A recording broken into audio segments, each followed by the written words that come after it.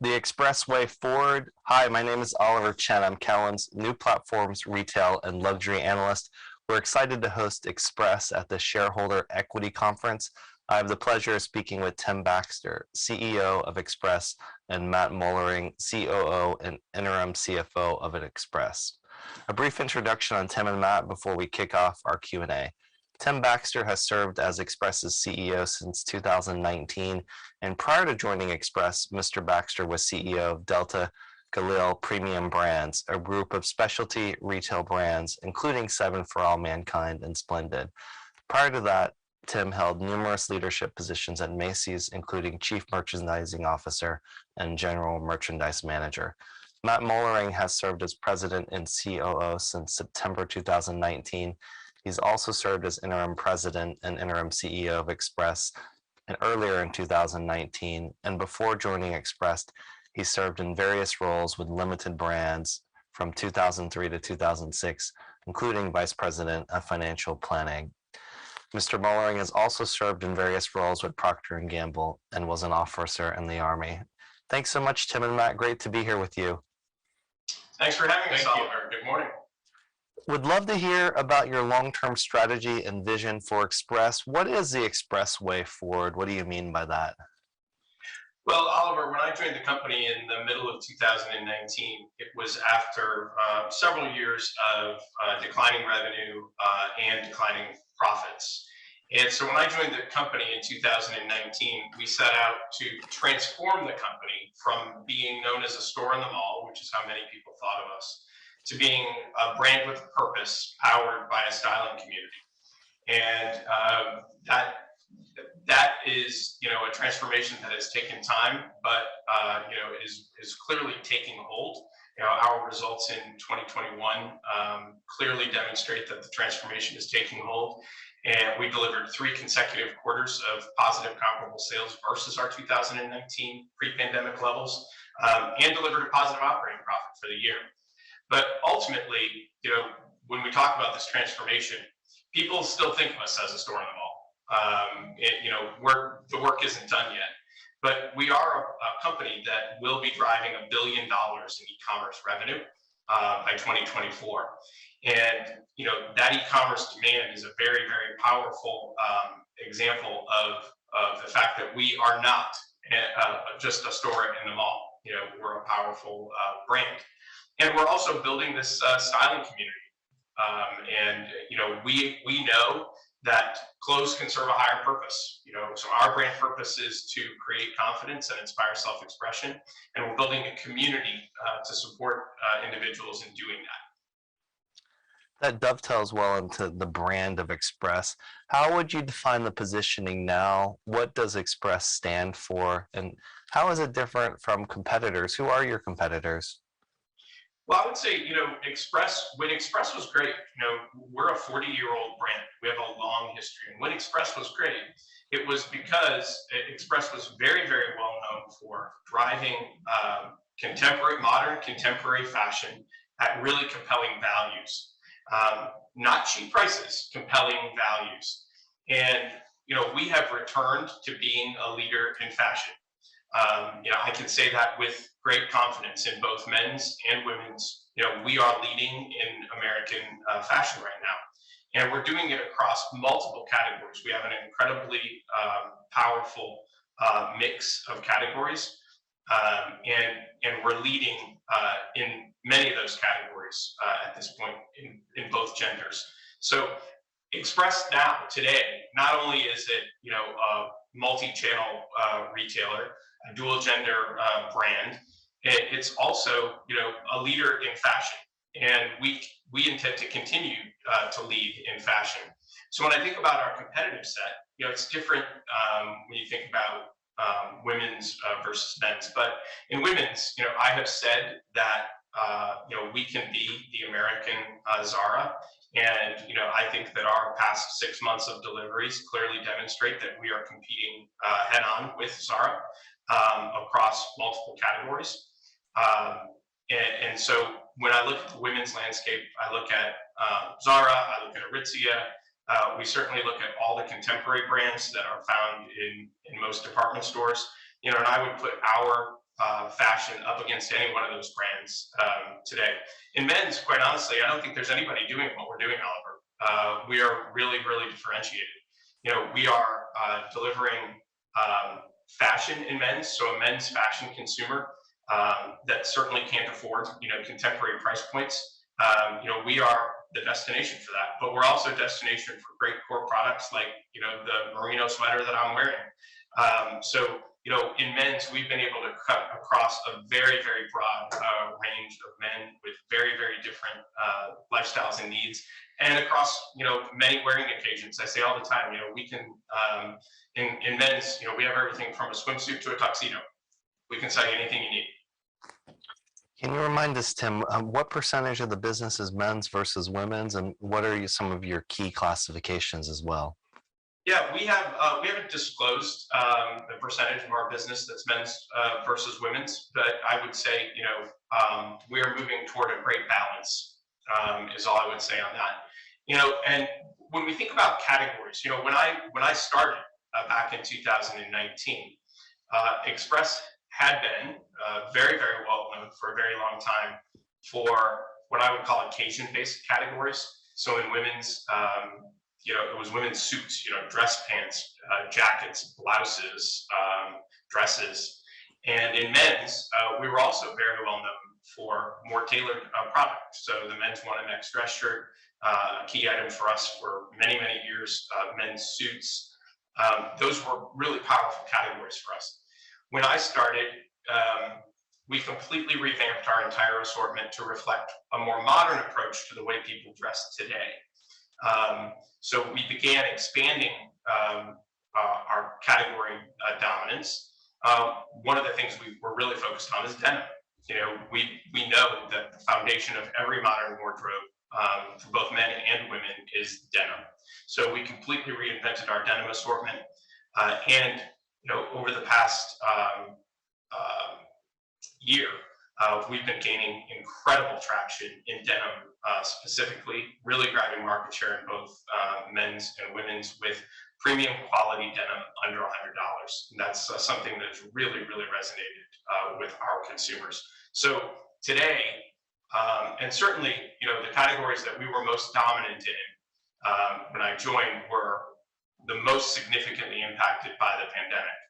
Today, we are seeing a very strong resurgence of those categories that were, once our strongholds. So, we are seeing incredible momentum in men's suits, in men's dress shirts, in women's suits. We happen to be in a women's suit trend right now. So we're seeing incredible strength in women's suits, gaining momentum in dresses and blouses. So we're seeing all of those categories pick up steam. But at the same time, we've been able to really balance the assortment with denim and knits in both men's and women's. Tim, more nearer term, you had a strong January. Congrats. Can you talk about key drivers here in January, and what about February and early March? Yeah, so we had a fantastic fourth quarter, and actually our January performance, as you noted, was better than our total fourth quarter performance. So we were continuing to gain momentum as we moved through the quarter. January specifically was driven by fashion and new product. We were very aggressive about transitioning. Our customer responds to newness. Sale and clearance is important to many of our consumers, but our core customer responds to newness, and we have not delivered the level of fashion and new product that we needed to in January previously. So we had great new fashion deliveries in January that were very transitional in nature for the cold parts of the country, and very appropriate for the warm parts of the country. And that was a huge driver for us in January. And as I said on our earnings call a couple of weeks ago, our momentum in the fourth quarter in January has continued into the first quarter. That dovetails a little bit into supply chain and inflation, which is happening across the industry. How have you navigated the supply chain challenges, and what have your main strategies been with respect to managing inventories, as well as thinking about the inflation pressures? Well, look, I think that we have done a very good job of mitigating the challenges that we have all experienced across the industry. We ended the year with 36% more inventory than a year ago, very strategically. We have been working tirelessly for the past 8 months to be sure that we were positioned to be able to fill the demand that we know we're going to have as we move through 2022, and our brand continues to improve and our performance continues to improve. I'll let Matt talk to the specific actions that we took, but I think we've done it very well, and we're very well positioned. Yeah, so Oliver, a couple things that we did was we got out in front of this relatively early. One of the things we've done is adjusted our go-to-market calendar, which was a very tight calendar. We have added 2 to 4 weeks of deliveries based on port, country of origin, what port's product was coming from, in order to make sure we get our product on time when we launch new initiatives. Product is in the store when we need it. We've also invested significantly in core categories with long lead times to make sure that product is there. Combination of these things has really enabled us to optimize our cost while optimizing on-time deliveries at the same time. So that being said, I think everybody in the industry has seen some late deliveries. Things are, with the adjustments we've made to our calendars, we're getting much more of our product on time. We do have some pack and hold product, and the extra lead times has increased our inventory in the short term, but we feel good about the composition of where we are today. And the second part of your question, Oliver, on inflation, look, obviously it's a pressure that we are all experiencing. What I would say is that we in 2021 delivered a very strong double-digit increase in our average unit retails. And that was predominantly driven by really significant increases in our regular price business and the elimination of promotions, dramatic elimination or reduction, I should say, of promotions. So, we have proven that when we deliver the right product at the right value, our customer will respond. And I'm very confident that we will be able to continue to deliver exceptional value in the more challenging macroeconomic circumstances. Tim, earlier you mentioned community. It's a great topic, and we quite believe in it here at Callan. So one of your primary brand strategies is powered by a styling community. What is your styling community, and how is this fitting into how you think about modernizing the marketing program at Express? Yeah, we have dramatically modernized the marketing. I'll get to that in a second. But to really talk about the community, Oliver, you said it well. You guys believe in it. We believe in it too. And like I said earlier, we know that clothes can serve a higher purpose. We know that when you feel good and you feel good about the way you look, you're more confident. You can conquer the world. We believe that. And so we believe in our purpose, and we know that the way to ignite that purpose is through a community. So many companies that are winning now are powered by communities. And so we are building a community, and that community starts with all of us. It's our associates, it's our executives, it's everybody in the Express organization. It extends to our customers, obviously, critical part of our community, and we're adding more and more new customers constantly. But it's also brand ambassadors, it's influencers, it's all these people that will make up the styling community. It's also our style editors, which is part of our community commerce program that we launched in the third quarter of last year. And we're going to continue to add more and more style editors to that program. It's been incredible to see the connection that those people have with their followers and how they're bringing many new people into our community. We're also, moving forward, I talked about the fact that we've used our style editors and influencers to host events in stores in local markets. And that's been an incredible experience. People love meeting somebody that they follow on social media or they know through social media. They love having the opportunity to meet them in real life, to have a styling session with them in a store. It creates all sorts of excitement in the store, but also creates the bond of this styling community of people helping other people get dressed. And we know that's a huge mission. I'll tell you a quick story. We had an executive offsite a couple of weeks ago. It was the first one we've had in 2.5 years. Even though we've been a lot offsite, this was a time to clear our minds. And actually, I was listening to our executive leadership team talking about how they couldn't figure out what to pack or what to wear.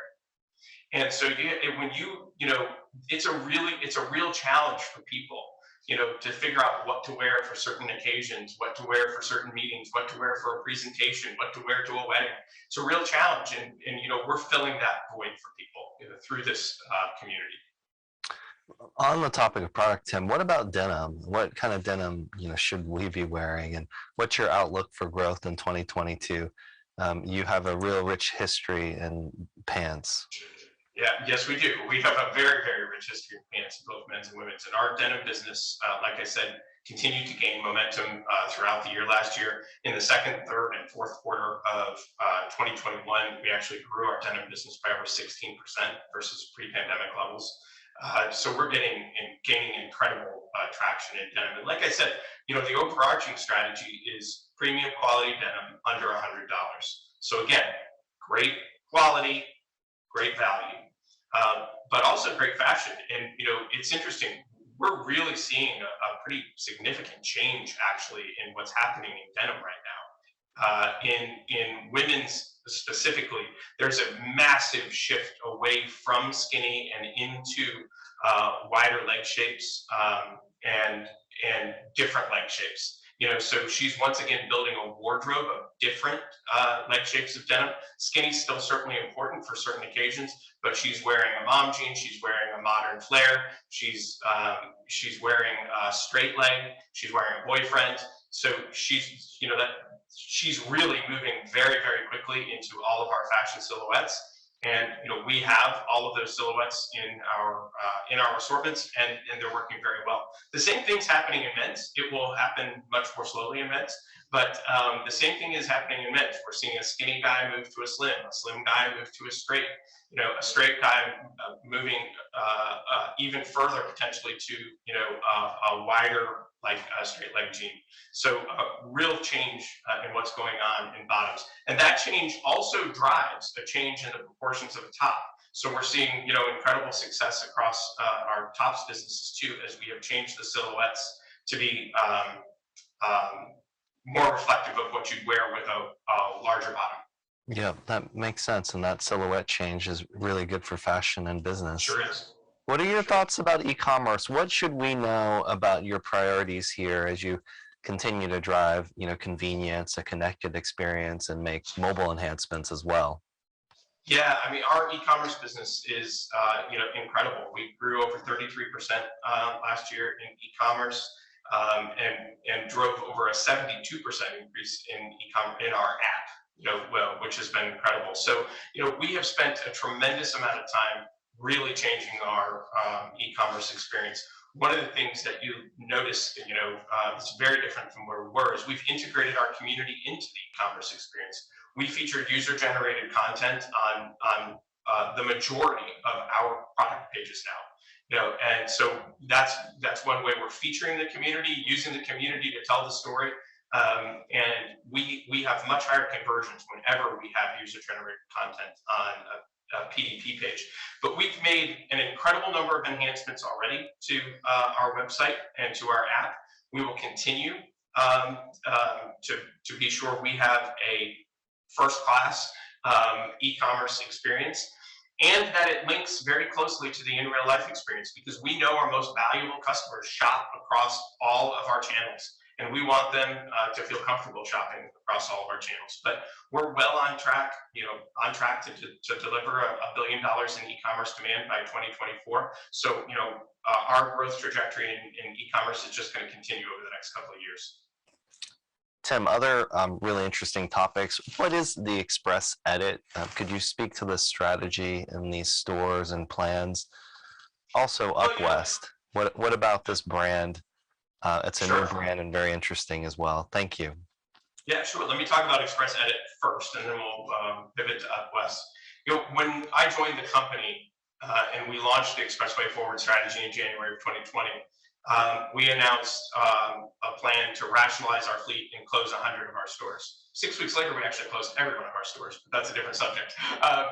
Those 100 stores that we identified to close permanently, we've executed that over the past couple of years. I think we've closed 98 of them at this point.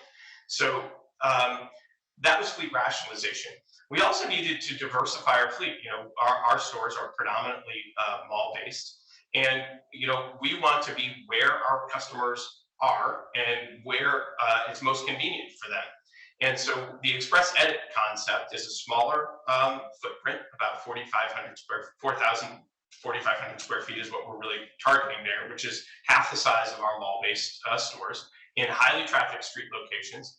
And what's been incredible, Oliver, is we are bringing over 50% of the customers in Express Edit locations are brand new to Express.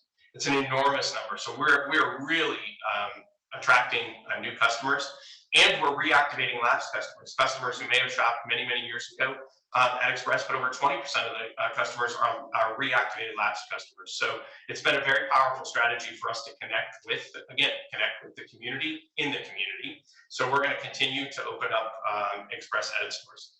Up West is a digitally native brand, and really excited about the performance there. We launched late in 2019 with a purpose to provide comfort. That's Up West for people and planet. And that's a purpose that obviously resonated extraordinarily well throughout the pandemic, but still resonates really well with the target consumer. We've been driving great growth in Up West. I would tell you that when I look at where we are in Up West today, a couple of years in, and you rack that up against many digitally native brands whose revenues have been published as they've gone public or done IPOs, we are tracking ahead of many of those powerful digitally native brands with Up West. And we're building out the omni-channel portion of Up West too. We're operating a handful of stores today, and we'll continue to open up stores very strategically with Up West, although it'll obviously continue to be predominantly digital.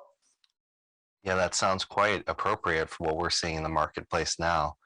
Strategic growth, you've been really creative about exploring wholesale and global. How are you thinking about these, and what other options are you looking at as well? Well, look, we are always, looking at options to grow. And so I would say that wholesale and international are the two things we're most focused on today. We are embarking on a wholesale strategy with Up West, actually in the fourth quarter of this year. So Up West products are going to be featured in the gift assortment of a major retailer across the country and on their website. We're also exploring opportunities in fielding calls about Express. I think as our fashion and value has continued to improve, we're becoming a more in-demand brand. And then internationally, we only operate a few franchises in South America today, so the globe is really our opportunity internationally. And as we continue to transform the brand and get the brand right, and the brand is more desirable, we're exploring any number of different opportunities and partnerships to take the brand global again. Tim, final question. What would you say is least well understood about Express, and what are you most excited about? And any closing remarks you may have. I think what's least understood is, the incredible progress that we've made over the past few years. And, it's going to take time for people to realize that we're back and we're leading in fashion. I also think that the value of the company is misunderstood. The value of the brand is misunderstood. We are a single brand, essentially. Up West will be a powerful driver for us, but today, we're essentially a single brand driving nearly $2 billion in revenue. That is a very powerful thing. And I think that, people think of us as the small-based retailer. We're a brand that drives $2 billion in annual revenue. And we are on track to deliver $100 million in operating profit in a couple of years. So I think that's also very misunderstood. We have come so far. The transformation has been very powerful. There's still obviously a lot of work to do, but we are going to be a $2 billion brand driving a mid-single-digit operating margin. And I think that's fairly misunderstood also. Well, Tim and Matt, it was great spending time with you and learning more about an iconic brand, the product changes, the modernized marketing, the footprint, and also how you're pursuing so many creative avenues for growth. Thank you for your time. Thank you, Oliver. Thanks very much, Oliver.